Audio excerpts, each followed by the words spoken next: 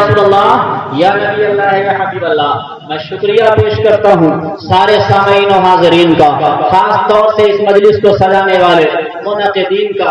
ابھی آپ نے دیکھا کہ ناظم اجلاس حضرت مولانا عزیزم عدنان رضا صلی اللہ علیہ وسلم بڑے پیارے اچھے انداز میں نظامت کے فرائض انجام دے رہے تھے۔ عزیزان ملت اسلامیہ، قابل مبارکباد ایک ایک فرد جس نے جس اعتبار سے بھی حسین پاک کی محبت سے سرشار ہو کر کے اس بابرکت اور نورانی محفل کو سجایا۔ اللہ پاک کی بارگاہ میں دعا ہے کہ اللہ تبارک و تعالی سب کو دارین میں جزائے خیر عطا فرمائے۔ اور ابھی مجھے مولانا تحسین صلی اللہ علیہ نے بتایا کہ ٹی ٹی ایس کے افراد نے بھی اس محفل پاک کو سجانے میں تعاون پیش کیا ہے۔ دعا کرتا ہوں کہ اللہ تبارک و تعالی ان سارے حضرات کو دارین میں جزائے خیر عطا فرمائے اور حسین پاک رضی اللہ تعالی عنہ کی سچی محبت عطا فرمائے۔ میں نے آل پاک رسول کے تعلق سے کل مسلم شریف کی ایک حدیث شریف پڑھ کر کے اپنی گفتگو کا آغاز کیا تھا۔ آج اسی موضوع پر ترمذی شریف کی ایک مبارک حدیث آپ کے گوش گزار کرتا ہوں۔ حدیث شریف سننے سے پہلے سارے لوگ محبت سے درود شریف ایک مرتبہ اور پڑھ لیں۔ اللہم صلی علی سیدنا و مولانا و ملجانا محمد مبارک وسلم صلاۃ و سلام علیک یا رسول اللہ یا نبی اللہ یا حبیب اللہ۔ اس حدیث پاک کے راوی حضرت جابر رضی اللہ تعالی عنہ صحابی رسول ہیں، بڑے جلیل القدر صحابی ہیں۔ بار بار آپ نے ان کا نام احادیث کریمہ کی روایت میں سنا ہوگا اور بہت ساری احادیث آپ سے مروی ہیں۔ حضرت جابر رضی اللہ تعالی عنہ ارشاد فرماتے ہیں کہ ہم لوگ اللہ کے رسول صلی اللہ علیہ وسلم کے ساتھ نبی آخر الزمان صلی اللہ علیہ وسلم کی عمر شریف کا آخری حج، اللہ کے پیغمبر اپنی عمر کا آخری حج ادا فرمانے کے لیے عرفات کی مقدس وادی میں جلوہ فرما ہے۔ ہزاروں صحابہ کرام کا مجمع ہے۔ اللہ اللہ، صحابہ کرام کے نوری مجمع میں اللہ کے رسول اپنی زندگی کا آخری حج یعنی حجۃ الوداع شریف ادا فرما رہے ہیں۔ قربان جاؤ شان رسول پاک صلی اللہ علیہ وسلم پہ۔ حضرت جابر رضی اللہ تعالی عنہ ارشاد فرماتے ہیں میں نے دیکھا کہ اللہ کے رسول عرفات کے میدان میں حجاج کرام کے جھرمٹ میں صحابہ کرام کے نوری اجتماع میں اپنی اونٹنی پر سوار ہوئے اور سوار ہو کر کے اللہ کے پیغمبر نے خطبہ ارشاد فرمایا۔ اللہ اللہ، یہ حجۃ الوداع کا خطبہ بڑا مشہور خطبہ ہے۔ حضرت جابر رضی اللہ عنہ ارشاد فرماتے ہیں اسی خطبے میں میں نے اللہ کے رسول کو ارشاد فرماتے ہوئے سنا، میرے نبی فرما رہے تھے یا ایھا الناس انی ترکت فیکم ما ان اخذتم بہ لن تضلوا۔ اللہ کے پیغمبر فرما رہے تھے اے لوگو میں تمہارے درمیان میں ایسی چیز چھوڑ کر کے جا رہا ہوں اگر تم اسے مضبوطی سے تھامے رہو گے تو گمراہ نہ ہوگے۔ میں تمہارے درمیان ایسی چیز چھوڑ کے جا رہا ہوں کہ اگر تم اسے مضبوطی سے تھامے رہو گے لن تضلوا تو تم گمراہ نہ ہوگے۔ عبارت کے الفاظ پڑھ رہا ہوں، توجہ فرمائیں۔ پیغمبر ارشاد فرما رہے ہیں یا ایھا الناس، اے لوگو انی ترکت فیکم ما ان اخذتم بہ لن تضلوا، میں تمہارے درمیان میں ایسی مبارک چیز چھوڑ کے جا رہا ہوں اگر تم اس کو مضبوطی سے پکڑے رہو گے لن تضلوا تو تم گمراہ نہ ہوگے۔ چیز کیا ہے؟ اللہ کے رسول اسی حدیث میں ارشاد فرما رہا ہے کتاب اللہ، نمبر 1 اللہ کی کتاب، کہہ دو سبحان اللہ سبحان اللہ۔ نمبر 1 کتاب اللہ یعنی قرآن پاک، اور آقا فرما رہے ہیں اہل بیتی وعترتی، اہل بیتی اور میری اولاد یعنی میرے اہل بیت۔ سبحان اللہ سبحان اللہ۔ احادیث کریمہ میں بار بار اللہ کے پیغمبر نے تاکید فرمائی ہے اے لوگوں قرآن کو مضبوطی سے پکڑو اور میرے اہل بیت سے سچی محبت کرو۔ میرے اہل بیت کی محبت اور قرآن کو مضبوطی سے پکڑنا، قرآن کا عمل، یہ دو مبارک ایسے عمل ہیں کہ اگر ہم ان پر عمل کر لیں، ان کو اپنا لیں تو انشاءاللہ دنیا بھی کامیاب ہو جائے گی اور آخرت بھی کامیاب ہو جائے گی۔ اور اہل بیت کا ہمارے اوپر کیسا احسان ہے میں آپ کو بتاؤں۔ میں جو بیان کر رہا ہوں نا یہ مستند حدیث کریمہ، مسلم اور ترمذی جیسی کتاب کی حدیثیں بیان کر رہا ہوں۔ ورنہ آج کل لوگ ذکر شہدائے کربلا کے نام پر بازاروں کتابیں خرید کے اور ایسے ایسے واقعات جن کی کوئی سند نہیں اور جن کا کوئی ثبوت نہیں، صرف واہ واہی کے لیے ایسے واقعات بیان کر دیتے ہیں۔ یاد رکھو، موضوع روایات کا بیان کرنا جن میں رفظ داخل ہے، کیونکہ آج کل بازاروں میں جو کتابیں شہدائے کربلا کے واقعات پر مشتمل ہیں ان میں رفظ بھی داخل ہے، یعنی کچھ شیعوں کی طرف سے بھی ہیں، لوگوں کو پہچان نہیں ہو پاتی اور وہ سارے کے سارے واقعات بیان کر دیتے ہیں۔ اس لیے اعلیٰ حضرت نے لکھا کہ کربلا معاملہ کے تعلق سے ایسے واقعات جن کی سند نہ ہو، جو مستند نہ ہو، یعنی موضوع روایتیں بیان کرنا بھی ناجائز ہے اور ان کا سننا بھی ناجائز ہے، بجائے ثواب کے اور عذاب، بجائے ثواب کے اور گناہ ہو۔ اس لیے میں کوشش یہ کروں گا کہ زیادہ تر مستند علماء کرام کے کتابوں کے حوالے سے مستند باتیں آپ تک پہنچاؤں، تاکہ جن کا ذکر کرنا بھی عبادت ہے اور جن کا ذکر سننا بھی عبادت ہے۔ ہمارے اور آپ کے جمع ہونے کا مقصد بھی عبادت ہے۔ ہمارا مقصد واہ واہی نہیں ہے، عزت و شہرت نہیں ہے، مزہ نہیں ہے، مزہ لینے کے لیے ہم یہاں جمع نہیں ہوئے ہیں، بلکہ ہم یہاں اللہ رسول صلی اللہ علیہ وسلم کی رضا کے لیے شہید اعظم امام حسین کی محبت میں جمع ہوئے۔ حسین پاک کی محبت ہمیں اسی وقت ملے گی جب ہمارے دل میں خلوص ہوگا، ہمارے دل میں للہیت ہوگی۔ اس لیے آپ اصل گفتگو کی طرف توجہ دیں اور ایک ایک بات کو اپنے ذہن میں اتارنے کی کوشش کریں۔ آؤ میں آپ کو طبرانی شریف کی ایک حدیث شریف اور سنا دوں، آپ محبت سے درود شریف پڑھیں، اللہم صلی علی سیدنا و مولانا و مولانا محمد مبارک وسلم صلاۃ و سلام علیک یا رسول اللہ، یا نبی اللہ، یا حبیب اللہ۔ اللہ کے رسول نے ارشاد فرمایا، لا یؤمن احدکم حتی اکون احب الیہ من نفسہ وتکون عترتی احب الیہ من عترتہ واہلی احب الیہ من اہلہ وذاتی احب الیہ من ذاتہ۔ کہہ دو سبحان اللہ۔ یہ حدیث شریف کے الفاظ ہیں، اللہ کے پیغمبر کا فرمانے عالی شان ہے۔ نبی فرماتے ہیں، لوگوں تم میں سے کوئی مسلمان نہیں ہو سکتا، تم میں سے کوئی مومن کامل نہیں ہو سکتا حتی اکون احب الیہ من نفسی، جب تک کہ میں اس کے نزدیک اس کی جان سے زیادہ پیارا نہ ہو جاؤں۔ اسی حدیث میں نبی فرما رہے ہیں، وتکون عترتی احب الیہ من عترتہ، تم میں سے کوئی مومن نہیں ہوتا، تم میں سے کوئی مسلمان نہیں ہو سکتا، مومن کامل نہیں ہو سکتا جب تک کہ میری اولاد اسے اپنی اولاد سے زیادہ پیاری نہ ہو جائے۔ اسی حدیث میں نبی فرما رہے ہیں، وَأَهْلِي أَحَبَّ إِلَيْهَ مِنْ أَهْلِهِ، تم میں سے کوئی مسلمان نہیں ہو سکتا، مومن کامل نہیں ہو سکتا جب تک کہ میرے گھر والے اسے اپنے گھر والوں سے زیادہ پیارے نہ ہو جائیں۔ وَذَاتِي أَحَبَّ إِلَيْهِ مِنْ ذَاتِهِ، اور اس وقت تک مومن نہیں ہو سکتا جب تک کہ میری ذات اسے اپنی ذات سے زیادہ پیاری نہ ہو جائے۔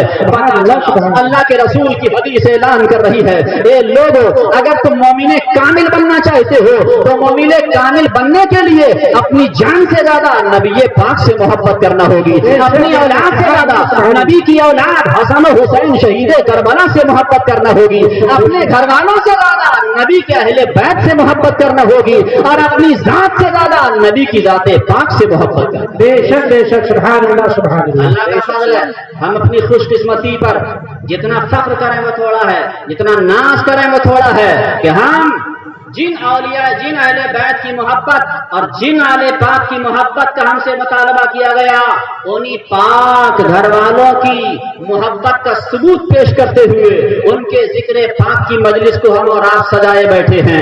اللہ کی بارگاہ میں دعا ہے کہ اللہ تعالیٰ اس مبارک محفل کو قبول فرمائے اور ہمیں اور آپ کو نبی کے پیارے نواسوں کا صدقہ عطا فرمائے، نبی کے شہزادوں کا صدقہ عطا فرمائے، نبی کے اہل بیت کا صدقہ عطا فرمائے۔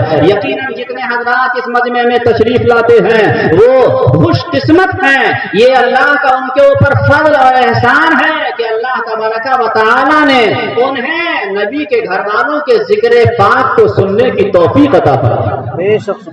بڑی سعادت کی بات ہے، خوش نصیبی کی بات ہے۔ تو عزیزان ملت اسلامیہ، آؤ میں اپنے مقصد کی طرف پلٹتا ہوں۔ اگر فضائل کی طرف رخ کر دیا جائے گا تو فضیلتیں تو اہل بیت کی اتنی ہیں رات ختم ہو جائے گی، لیکن اہل بیت پاک نبوت کی فضیلتیں ختم نہیں ہوں گی۔ بے شک سبحان اللہ۔ جیسا نااہل، ناکارہ، نکما، بے عمل انسان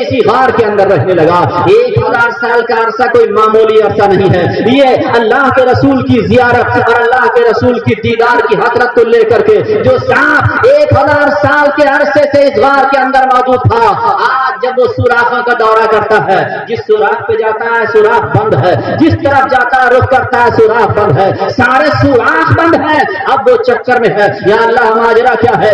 ایک سوراخ کے اوپر اسے کسی انسانی پیر کا تلوا نظر آیا، اللہ اللہ، اسی تلوے کی طرف وہ آیا، رخ کیا اور زبان حال سے کہنے لگا، اے یار غار اپنے تلوے کو ہٹا دو تاکہ میں اپنی 1000 سال کی حسرت کو پورا کر لوں۔ ذرا غور کرو، 1000 سال کی آرزو لے کر کے جو 1000 سال کی حسرت لے کر کے جو سانپ اس غار کے اندر رہ رہا تھا، اب اس کی آرزو کی تکمیل کا وقت ہوا ہے، اس کی آرزو کے پورا ہونے کا وقت ہوا ہے۔ اب اس کی رکاوٹ حضرت صدیق اکبر کے پیر کی رکاوٹ اس کے لیے زہر قاتل ثابت ہو رہی ہے۔ اللہ اللہ، وہ بار بار گزارش کر رہا ہے، اے یار غار اپنے پیر کو ہٹا لو، اے صدیق اکبر اپنے پیر کو ہٹا لو۔ اللہ اللہ، بار بار اپنے سر کو سرکار صدیق اکبر کے تلوے سے رگڑتا ہے، خوش آمدانہ انداز میں زبان حال سے کہہ رہا ہے، اے پیارے صدیق، میری آرزو کی تکمیل کا وقت ہے، ہٹا لو، اس رکاوٹ کو ختم کر دو۔ لیکن سرکار صدیق اکبر رضی اللہ تعالیٰ عنہ نے اس ارادے سے کہ کہیں میرے آقا کے آرام میں خلل نہ پڑ جائے اپنے پیر کو نہ ہٹایا۔ اللہ اللہ، سانپ نے تیور بدلے اور تیور بدل کے کہا، اے صدیق اکبر پیر کو ہٹا لو ورنہ میں کاٹ لوں گا، اس لیے کہ میں بہت پرانا سانپ ہوں، میں بہت زہریلا سانپ ہوں، میں مارے غار ہوں۔ سرکار صدیق اکبر فرماتے ہیں، اگر تو مارے غار ہے تو میں یار غار ہوں۔ اب دو عاشقوں کا مقابلہ ہو رہا ہے، دو دیوانوں کا مقابلہ ہو رہا ہے، سانپ تڑپ کے قرض کر رہا ہے، اے صدیق اکبر میں بہت پرانا سانپ ہوں، اتنا زہریلا ہوں کہ اگر ایک مرتبہ کاٹ لوں تو پانی مانگنے کی بھی مہلت نہیں ملے گی۔ سرکار صدیق اکبر رضی اللہ تعالیٰ عنہ کی عقیدت پکار رہی ہے، اے سانپ مجھے اپنے زہریلا ہونے کی دھمکی نہ دے، تو مجھے اپنا ناک ہونے کی دھمکی نہ دے، اے سانپ تو مجھے اپنے نقصان سے ڈرانے کی کوشش مت کر، اگر تو جان لیوا ہے تو میرا نبی جانے مسیحا ہے، اگر تیرے اندر زہر تیز ہے تو میرے نبی کے تلوے کا بھون آب حیات ہے۔ اللہ اللہ، اعلیٰ حضرت فاضل بریلوی رضی اللہ تعالیٰ عنہ اس کی منظر کشی فرماتے ہیں کہ جس کے تلوے کا بھون ہے آب حیات، جس کے تلووں کا بھون ہے آب حیات، جس کے تلووں کا بھون ہے آب حیات، ہے وہ جان مسیحا ہمارا۔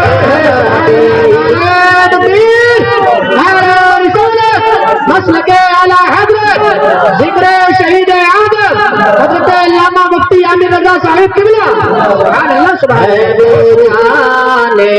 مسیحا ہمارا نبی سب سے اعلیٰ، وہ اعلیٰ ہمارا نبی سب سے بالا، وہ بالا ہمارا نبی۔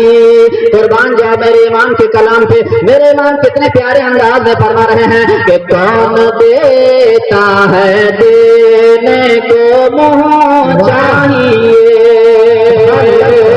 کون دیتا دینے کو منہ چاہیے، دینے والا ہے سچا ہمارا نبی، دینے والا ہے سچا ہمارا نبی۔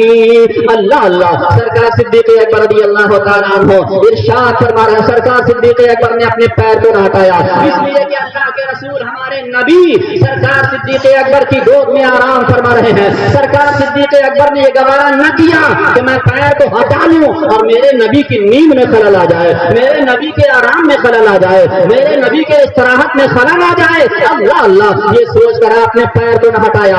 آخر اس سانپ نے جلال میں آ کر کے، غصے میں آ کر کے سرکار صدیق اکبر کے پیر میں ڈس لیا، اس نے کاٹا، سخت زہریلا سانپ تھا، اور جب زہر